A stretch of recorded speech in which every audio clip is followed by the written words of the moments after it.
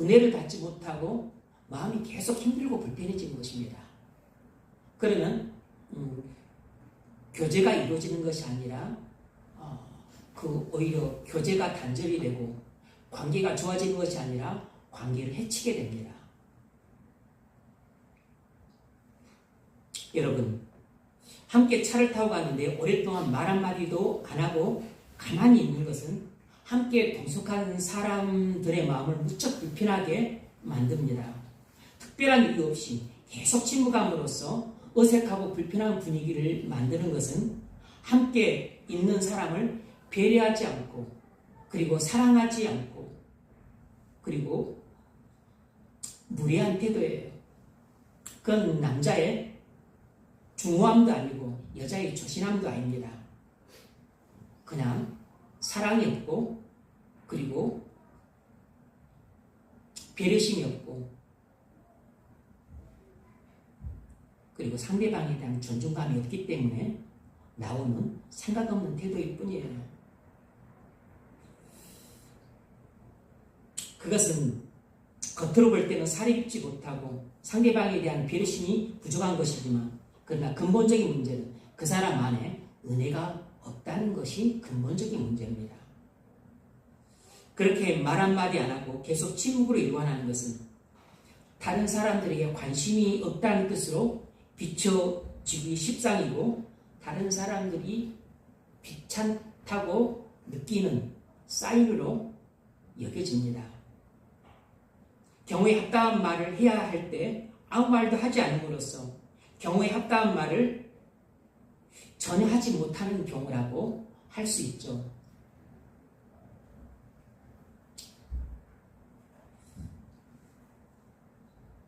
환영받지 못합니다. 무건 수행하는 것도 아닌데 성도들끼리 함께 있을 때 계속 입 다물고 있으면 어떻게 성도 간의 교제가 이루어지겠습니까? 성도 간의 교제를 나누려고 함께 만난 것이고 함께 모인 거잖아요. 그러면 어떤 사람과 어떤 상황이든 적절한 교제를 위해서 경우에 합당한 말을 하도록 힘쓰는 것이 필요하지 않겠어요? 그것이 성도 간의 모임이든 가족 간의 모임이든 직장 동료 간의 모임이든 친구 간의 모임이든 다 마찬가지입니다. 거기에는 반드시 그 교제가 활성화되고 그리고 관계가 돈독해지고 그리고 그 모임의 목적이 이루어지려면 반드시 거기에는 경우에 합당한 말로 하는 대화가 오고 가야 됩니다. 그래서 성도 간의 연합과 친교를 위해서도 반드시 경우에 합당한 말로 하는 대화가 필요해요. 경우에 합당한 말을 할 줄 모르면 부부 사이도 금방 금이 갑니다. 얼굴 잘생기고 직장 좋고 학식 높고 그러면 부부간의 관계가 100년 1000년 가겠습니까? 천만의 말씀입니다. 경우에 합당한 말을 할 줄 모르는 그런 배우자와 함께 있는 것은 돌부처와 함께 사는 것보다 더 힘듭니다. 김강림 목사님이 영국이나 유럽을 자주 방문을 예전에 하셨는데 그때마다 그 열립교회 파송 선교사였던 영국에 있는 홍순조 목사님과 만나서 함께 이제 그 어떤 목적지를 자주 갔다 그래요. 이제 목사님 영국에 있고 하니까 또 이제 홍 목사님 운전도 좀 해주시고 하면서 또 기사처럼 김강림 목사님 모시고 다니면서 운전도 하고 또 같이 동석도 하고 그랬다는데 김강림 목사님 모시고 다닐 때 이 홍 목사님이 대부분 아무 말도 안 했다고 해요. 그런데 이분이 평소에 그런 성격이 아니에요. 원래 유쾌하고 또 유머러스하고 또 말도 되게 재밌게 잘합니다. 저는 그런다는 게 이해가 안 됐어요. 보통 저랑 또 우리 동료들과 함께 있을 때는 그러지 않거든요. 그러면 싫어서 그러냐? 근데 그것도 아니라는데요. 어쨌든 한 일주일, 2주일씩 함께 다니는데 차를 운전하고 그럴 때 아무 말도 안 한다 그래요. 그러면 김남인 목사님이 자주 너무 비슷하게 홍 목사 화났어? 이렇게 말을 했답니다. 근데 일주일, 2주씩 두 분이 함께 다닐 때마다 홍 목사님 하도 말을 안 하니까 나중에 이렇게 말하더라는 것입니다. 홍 목사, 사람은 말이지 자기를 좋아하는 사람을 좋아하는 법이야. 완전히 빼이던 말이었어. 김남희 목사님 느끼기에는 목사님이 자기와 함께 다니는 것을 싫어하고 불편하게 느끼고 못마땅하게 여기는가 이렇게 본인이 느낀 것입니다.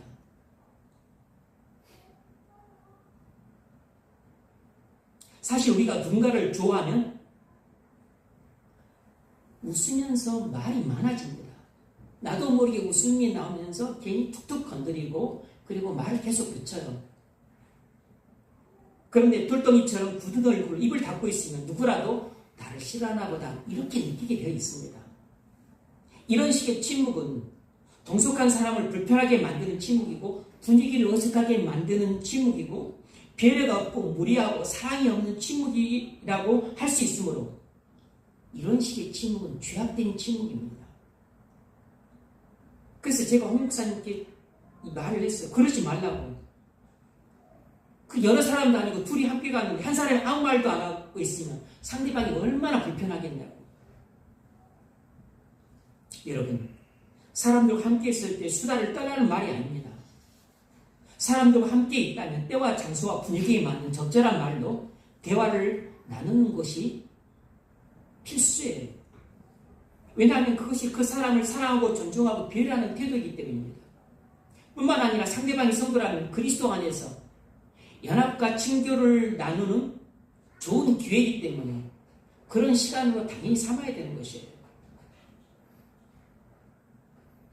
연합과 친교의 시간을 삼지도 않을 거면 뭐하러 함께 만나고 함께 모여있는 겁니까? 그냥 혼자 방에서 TV나 보고 있지. 쉴 새 없이 수다를 떨거나 할 말 안 할 말 가리지 않고 입방정을 떨는 것은 잘못이지만 상황에 맞는 적절한 말로 대화를 나눔으로써 함께 있는 사람과 교제를 나누는 것은 요긴한 일입니다. 그런데 우리가 교회에 합당한 말을 할 줄 모른다면 그건 우리의 성격의 문제가 아니라 우리의 영적인 문제입니다. 영적으로 너무나 메마르고 차갑기 때문에 빚어진 일인 것이에요. 그것은 본인이 의도치 않았을지라도 동석하는 사람들에 대한 예의도 아닙니다. 무례한 침묵이에요. 전혀 은혜롭지 못한 침묵입니다. 아무짝에도 쓸모없는 돌덩이만도 못한 침묵입니다. 우린 말하지 않음으로써 말하고 있는 것이에요. 나는 당신을 사랑하지도 않고 존중하지도 않고 나는 당신을 배려하지도 않습니다. 나는 당신한테 관심도 없고 신경도 안 쓰고 당신 옆에 있는 게 귀찮아요. 본인이 말하지 않음으로써 상대방한테 이런 사인을 주고 있는 겁니다.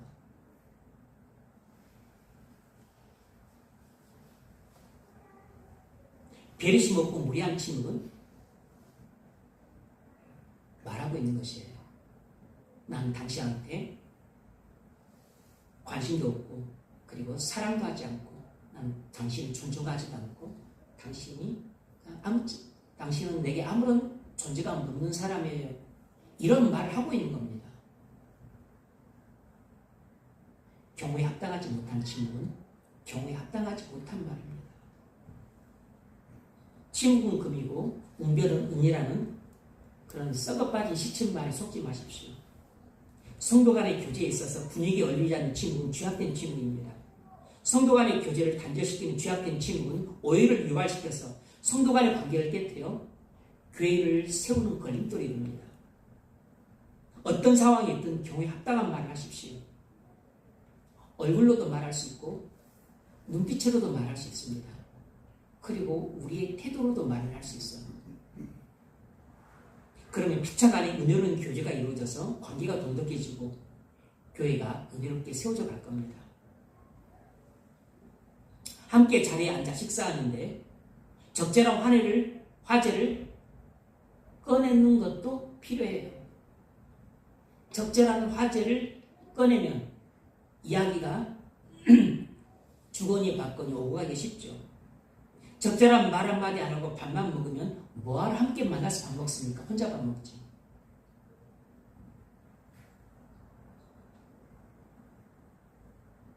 기도할 때 성도의 교제를 잘 나누게 해달라고 기도해놓고 정작 그런 상황에서는 아무런 생각도 없는 사람처럼 멍하니 앉아서 밥만 먹고 있으면 지금 이 사람은 왜 내 앞에 앉아있나 이런 생각이 들기 십상입니다. 대중가에 이런 가사가 있죠. 어색하게 너는 너무도 조용히 있구나. 어색하게 너는 너무도 조용히 있구나. 함께 둘러앉은 사람들과 오늘 교제를 나누라고 하신 것이니까 가급적 다른 거 기웃거리지 말고 자기 테이블 사람에게 충실하는 게 좋습니다. 자기 영적인 상태가 안 좋더라도 너무 자기의 다운된 기분에 충실하지 말고 말씀을 들었으니까 말씀과 성령의 인도를 받아서 성도 간에 어떻게든지 간에 은혜로운 대화를 통해 친밀한 교제를 나누려고 적극적인 자세를 보이는 것이 바람직하죠. 비록 은혜가 부족하더라도 그 시간만큼은 은혜를 보낼 수 있도록 은혜로운 시간을 보낼 수 있도록 능동적이고 근절적인 사고를 하는 것이 바람직합니다. 상대방에게 적절한 질문을 하십시오. 그런데 문제는 적절한 질문을 하는 것도 좋은데 적절한 질문을 받으면 제발 단답형으로 대답하지 마십시오. 단답형으로 대답을 나는 왜 하는지 제가 좀 생각을 해봐야 될 것 같은데 단답형으로 대답하는 것은 여러 가지 메시지가 담고 있다는 사실을 아시니까 대답하기 귀찮다. 묻지마 더 이상 안다고. 그냥 귀찮아. 이런 사인이 담겨있다는 사실을 알고 단답형으로 대답을 하시니까 여러분 대화가 단답형이야. 묻는데 한마디 대답하고 또 묻는데 한마디 대답하고 그런 단답형의 대화가 딱 두 번 나고 하면 그 다음부터 그 사람하고는 대화 나누기 싫다는 마음이 목구멍까지 차요.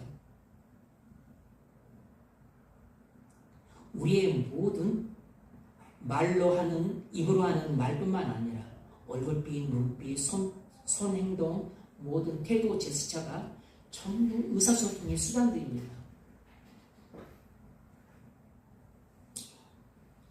두세 번 질문했는데 두세 번 다 단답형으로 대답하면 상대방은 이 사람이 나랑 대화할 마음이 없나 보구나. 딱 그렇게 단정을 하게 됩니다.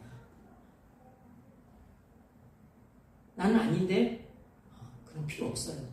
당신 마음이 어떤가라는 상대방한테 중요하지 않아요. 이미 당신이 그런 태도로서 상대방에 그런 메시지를 전달했으니까.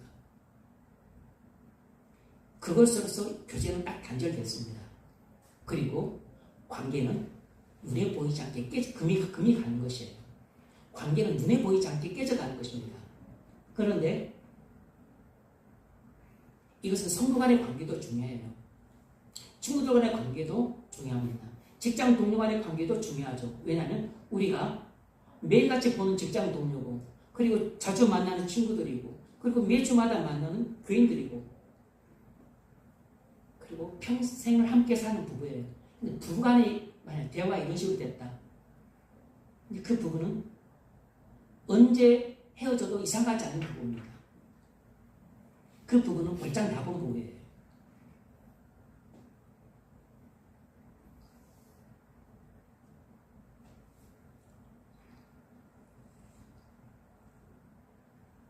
자신이 이야기를 해주는 것도 좋죠. 직장에서 이런 일이 있었다. 내가 또 묵상할 때 이런 은혜를 받았다. 왜냐하면 자기를 오픈함으로써 나는 너와 친밀하게 교제를 나누고 싶어. 라는 메시지를 주고 있는 거니까. 그러면 상대방이 또 고맙게 느끼죠. 저 사람이 나와 친밀하게 교제를 하고 싶어서 자신을 오픈하는구나. 영을 가진 존재라면 금방 그걸 알아요. 왜냐하면 사람이 모를 리가 없습니다. 왜냐하면 걔들도 아니까.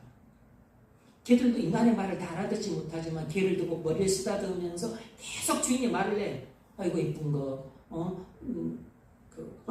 혼자 잘 지냈어? 퇴근하고 와서 머리 쓰다듬으면서 혼자 잘 지냈어? 집안 별일 없었어?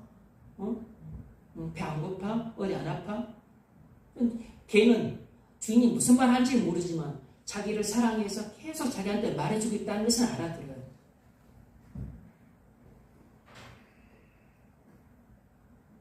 함께 나누고 싶은 적절한 화제를 꺼내십시오.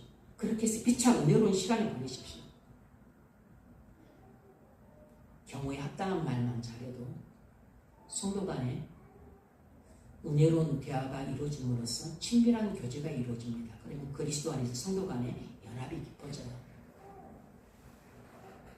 대부분 경우에 합당한 말을 하지 못하는 경우,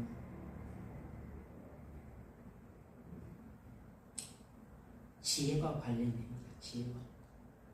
근데 지혜는 은혜에서 나오는 것이니까 은혜하고 관련이 되는 것이에요. 경우에 합당한 말 누가 하겠습니까? 믿음의 대장부와 현숙한 여인이 하는 것입니다. 지혜로운 사람이 하는 것이라고. 이 지혜가 어디서 나오겠습니까? 학식이나 IQ가 아니잖아요. 하나님의 은혜에서 나오는 것입니다. 하나님의 생명에서 나오는 것이라고. 여러분, 사람과 마주 앉아 이야기할 때 어떻게 하십니까? 상대방의 눈을 보고 말을 해야 됩니다. 잠시 다른 데 볼 수 있지만 계속해서 딴 데 보고 말하면 그건 상대방이 불쾌하게 느껴요. 왜냐하면 나를 무시한다고 느끼니까. 딴 사람 보거나 아래 보고 말하는 것은 상대방에 대한 큰 결례입니다. 상대방이 싫거나 불편한 사람이라는 그런 사인을 주는 것 같고, 그리고 그냥 빨리 나랑 헤어지고 싶어 하는 것보다 그런 느낌을 상대방이 받게 됩니다. 우리의 모든 입으로 하는 말뿐만 아니라 얼굴빛, 눈빛, 그리고 내 태도, 내 제스처, 그리고 나의 반응, 이 모든 것들은 상대방에 대한 나의 느낌과 감정을 그대로 전달하는 말이에요. 그러니까 경우에 합당한 말은 입으로 하는 말뿐이 아니고 얼굴빛, 눈빛, 제스처, 그리고 나의 리액션, 이 모든 것이 다 경우에 합당한 말에 해당이 되는 것입니다. 상대방이 농담을 하는데 아무런 반응도 안 보여요. 천근 돌덩이처럼 가만히 있습니다. 상대방을 전혀 좋아하지 않는다는 메시지를 지금 내가 온몸으로 말하고 있는 겁니다. 이건 상대방에 대한 좋아하는 감정이나 사랑하는 감정, 성도로서 아니면 가족으로서 친구로서 그것도 없다는 뜻이지만, 상대방에 대한 배려도 없지만 무엇보다도 이 사람은 정말 지혜하고는 거리가 먼 사람이라는 것을 본인이 말하고 있는 것입니다.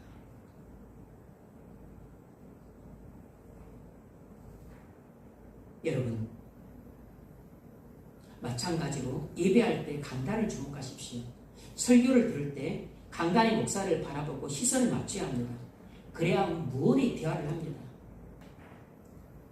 여러분들은 청중이라 설교 시간 말하지 않지만, 그러나 여러분들은 사실 다 말을 하고 있어요. 저는 입으로 말을 하고 있고, 여러분들은 얼굴로 말하고, 눈빛으로 말하고, 그리고 리액션으로 말을 하고, 그리고 온몸으로 말을 하고 있는 겁니다. 여러분과 설교 시간에 목사만 말을 하고 있는 것 같죠? 그러나 실상 대화를 하고 있는 겁니다. 여러분과 의사소통을 하고 있는 것이에요. 여러분들의 그 모습을 보면서 저는 메시지를 읽어요. 말을 듣고 있는 것입니다. 설교는 목사 일방의 강연이 아닙니다. 대화를 하고 있는 것이에요.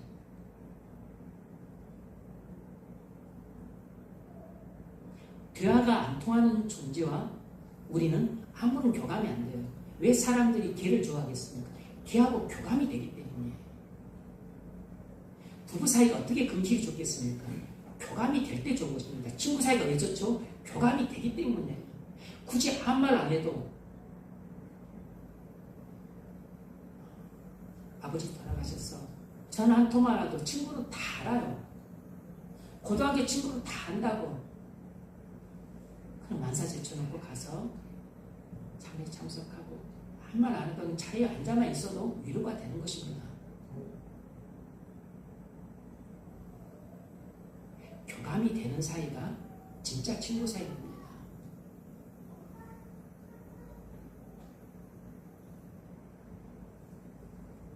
말은 입으로만 하는 게 아니에요. 입으로 하는 말보다 더 진실한 말은 얼굴로 하는 말이고, 얼굴로 하는 말보다 더 진실한 말은 눈빛으로 하는 말입니다. 우린 입으로만 말을 하는 게 아니고 얼굴과 눈으로 말하고 손과 온몸으로 말을 하고 제스처와 리액션으로 말을 하고 있는 것입니다.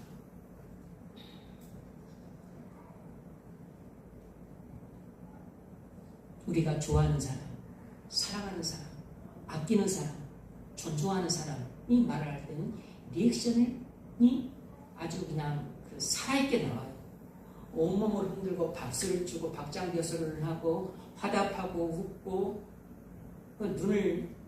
눈에 총기가 보이고 그리고 막 또 개 같으면 쓰다듬어주고 아기 같으면 엉덩이 두들겨주고 애인 같으면 뭐 또 어깨를 감싸주고 손 잡아주고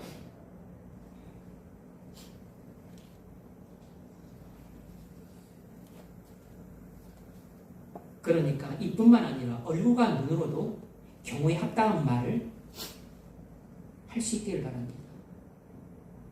제스처와 리액션으로도 경우에 합당한 말을 해줘야 상대방이 이 사람이 나를 좋아하고 사랑하고 그리고 존중하는구나.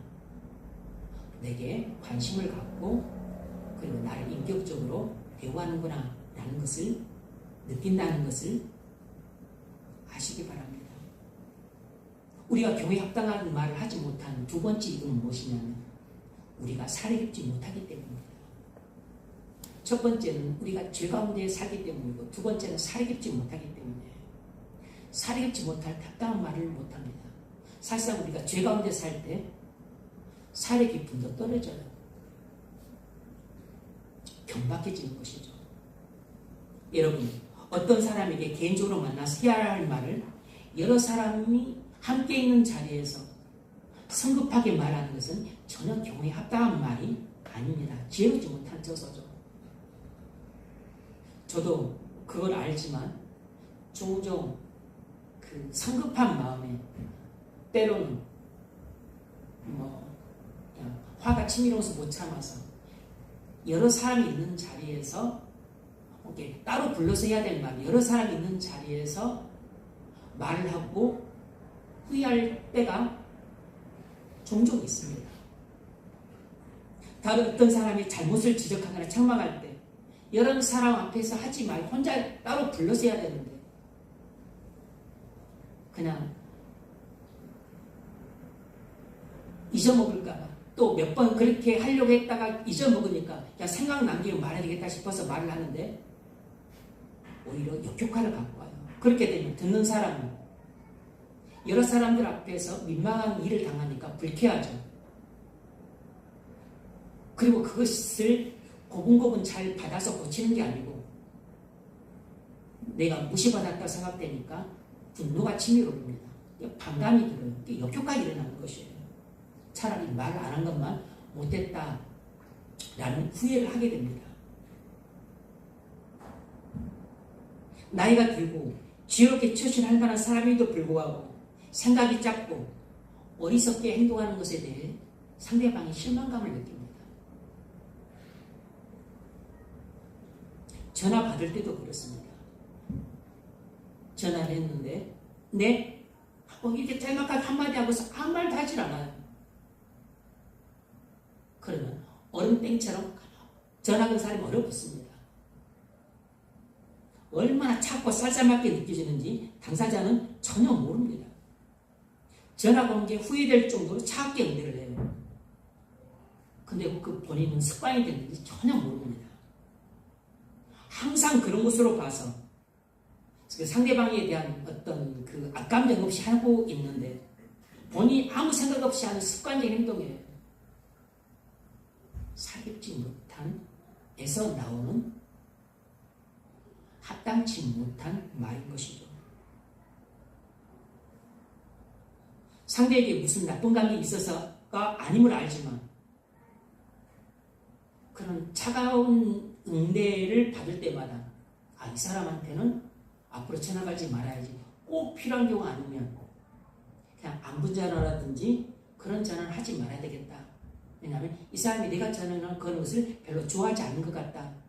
그런 느낌을 팍팍 받으니까 꼭 필요한 경우가 아니면 전화를 안 걸게 돼요.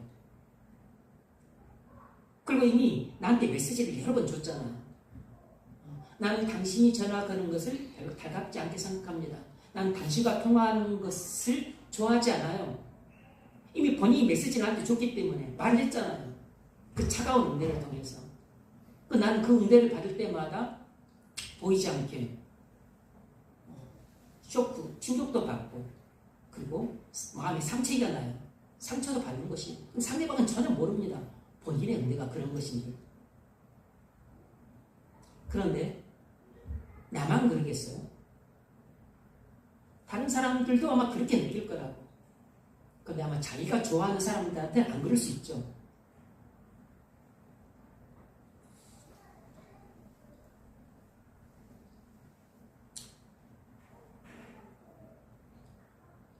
그런 차가운 응대가 정이 철말리 떨어질 정도로 무정한 응대처럼 느껴질 때가 있습니다.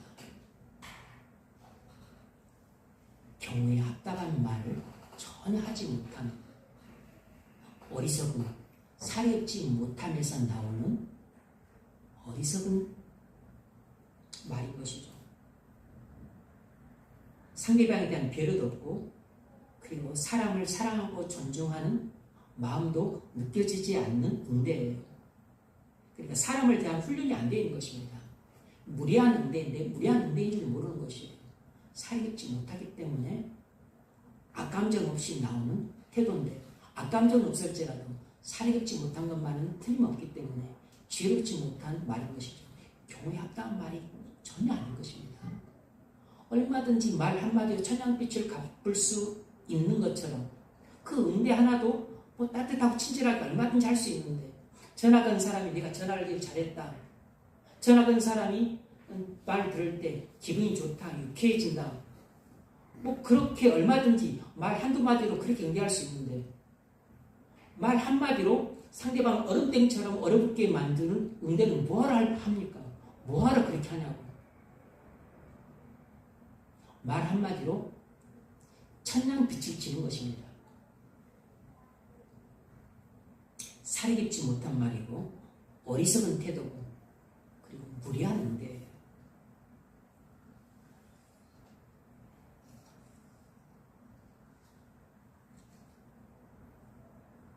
여러분뿐만 아니라 저도 마찬가지입니다. 생각을 좀 할 필요가 있습니다. 전화를 걸 때도 생각을 하고 걸고 전화를 받을 때도 생각을 하고 받고 어떤 사람을 만나든 어떤 상황이든 언제든지 간에 좀 생각을 해야 됩니다. 생각을. 어떻게 전화를 하고 어떻게 전화를 응대를 하는 것이 전화는 상대방을 당황하지 않고 내가 전화를 걸 잘했다. 나는 느낌과 기분을 들게 해줄 수 있도록 응대를 할 수 있을까? 그럼 말 한마디로 바꿀 수 있는 것이에요. 통하기를 잘했다는 생각이 들게끔 해줄 수 있도록 사례 깊게 말하는 사람이 되려면 사람이 된다면 은혜롭잖아요. 그런 은혜로운 대화를 통해서 친밀한 교제가 이루어지고 짤막한 그 통화를 통해서 친밀한 교제가 이루어지면 관계가 돈독해지는 것이죠. 그리스도 안에서 성도 간의 연합이 공고해지는 것입니다. 저나 여러분이나 경우에 합당한 말로 전화 응대할 수 있기를 바랍니다. A가 B에게 말합니다. 요즘 아침 저녁으로 쌀쌀해졌어. B가 대답합니다.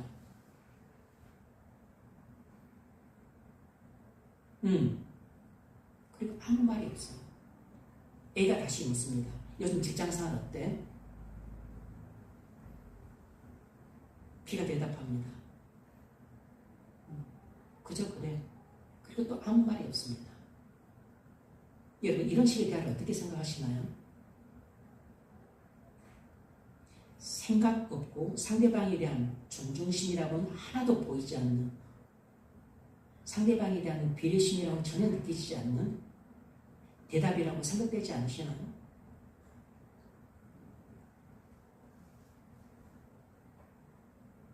질문했었을 때는 당신에 대해서 알고 싶다.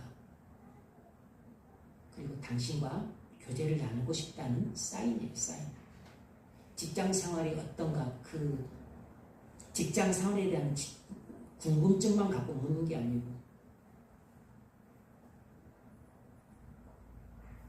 그저 그래.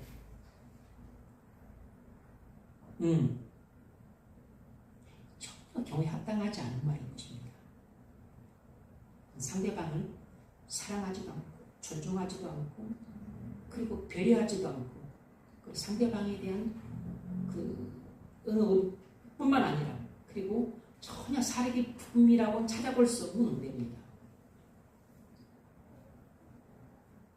상대방이 말을 꺼내는 것은 날씨 이야기를 하는 게 아니고 관심 표명입니다. 대화를 나눌까 하는 사인인 거죠. 교제 나눌까 하는 의사표시라고, 당신에 대한 관심의 표시라고.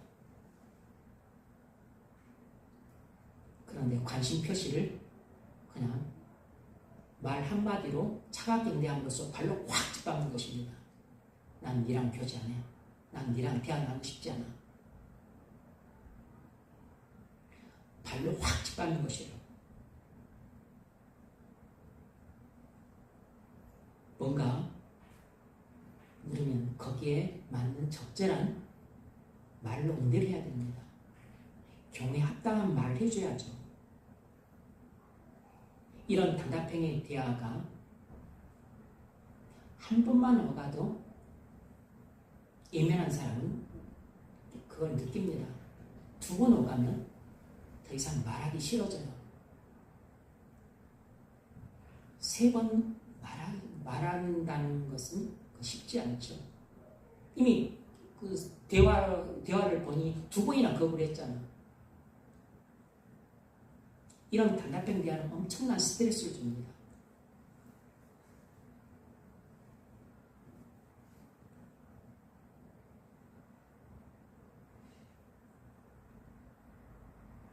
교제가 잘 이루어지는 친구를 만나면 대화가 끊임없이 이루어집니다.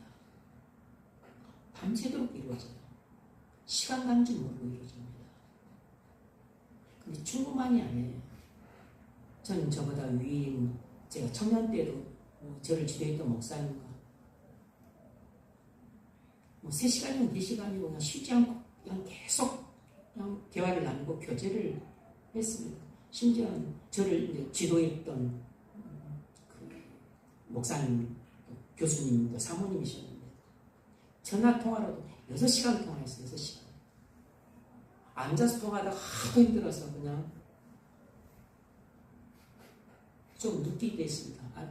방바닥에 앉아서 통화를 하다가.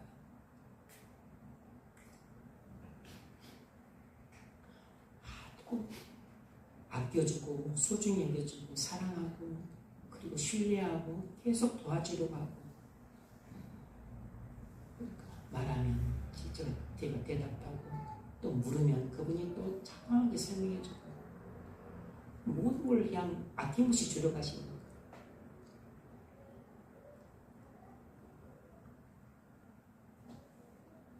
여러분도 친한 친구하고는 쉴 새 없이 대화가 이루어질 겁니다.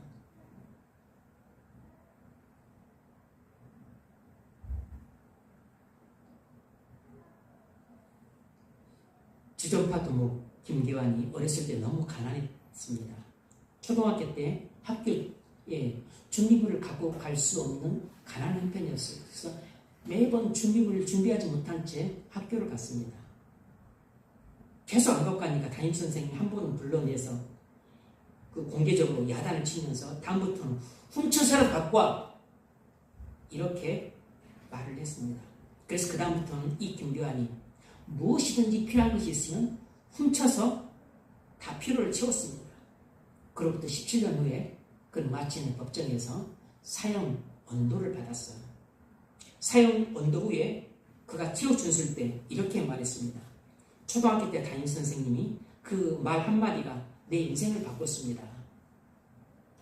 17년 전 그 선생님이 은혜롭고 사려 깊은 분이었다면 그 가난한 학생에게 면박을 주면서 훔쳐서 갖고 와. 이렇게 그 인생을 뒤틀리게 만들 그렇게 신경질적이고 부득한 말을 내뱉지 않았을 것입니다. 근데 너무나 사려 깊지 못한 그 선생님의 말 한마디가 어린 동신의 대못을 박아서 그래 내가 필요하면 훔쳐서 갖고 가야지 이런 생각을 갖게 만들었고 이것이 그의 가치관이 되었어요.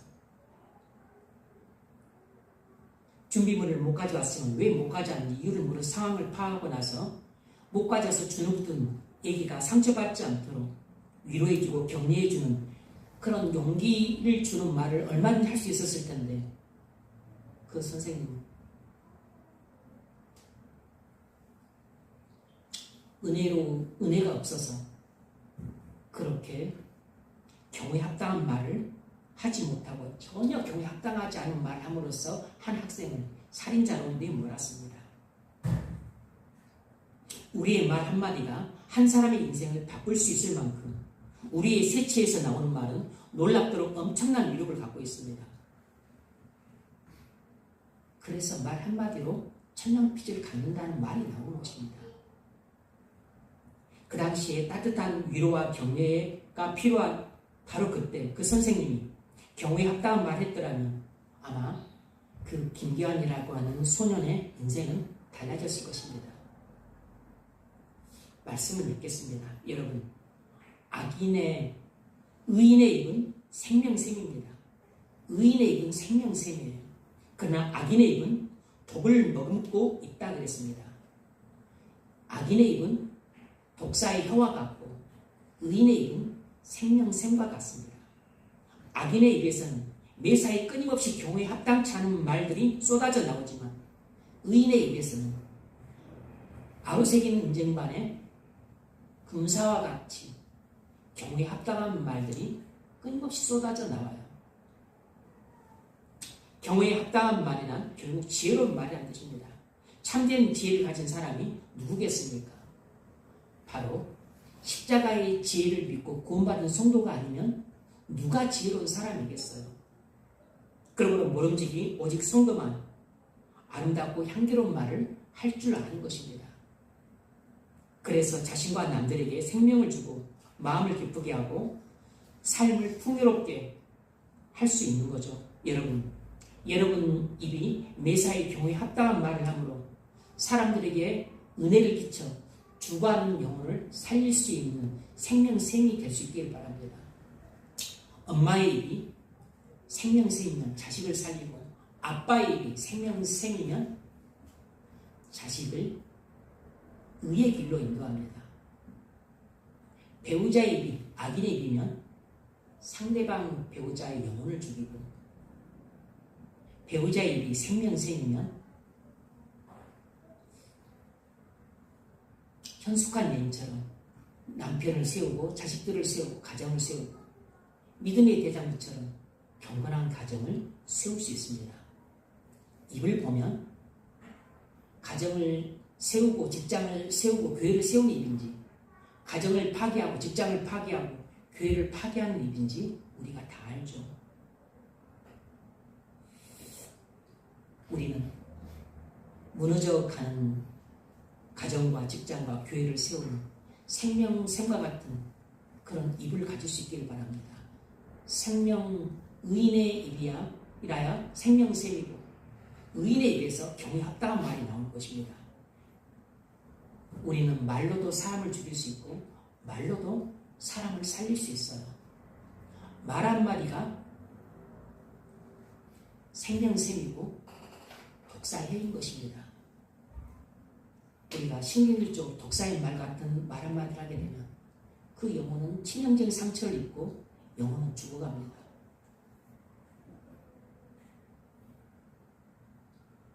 그런 실수를 과거에 많이 범했습니다. 지금도 여전히 범하고 있겠죠. 그런데 이것이 엎어진 물이라 담을 수가 없어요. 의인의 입은 생명샘입니다. 은혜로운 말이 경우에 합당한 말이고 경우에 합당한 말이 사람들의 마음을 기쁘게 하고 그리고 사람들의 영혼을 살리는 말이 됩니다. 그래서 그 의인의 입이 생명샘과 같은 말을 내뱉음으로 가난해도 가정을 세우고 그리고 직장을 세우고 교회를 세웁니다.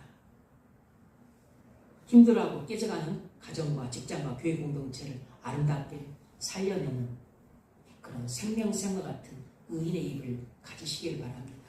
그래서 경호에 합당한 말을 언제 어디서라도 함으로 많은 사람들이 여러분과 함께 있으면 늘 마음이 기쁘고 은혜를 받고 그 생명을 얻는 것 같아서 늘 여러분과 함께 사람들이 여러분과 함께하는 그런 사람이 될 수 있기를 주의 이름으로 축원합니다.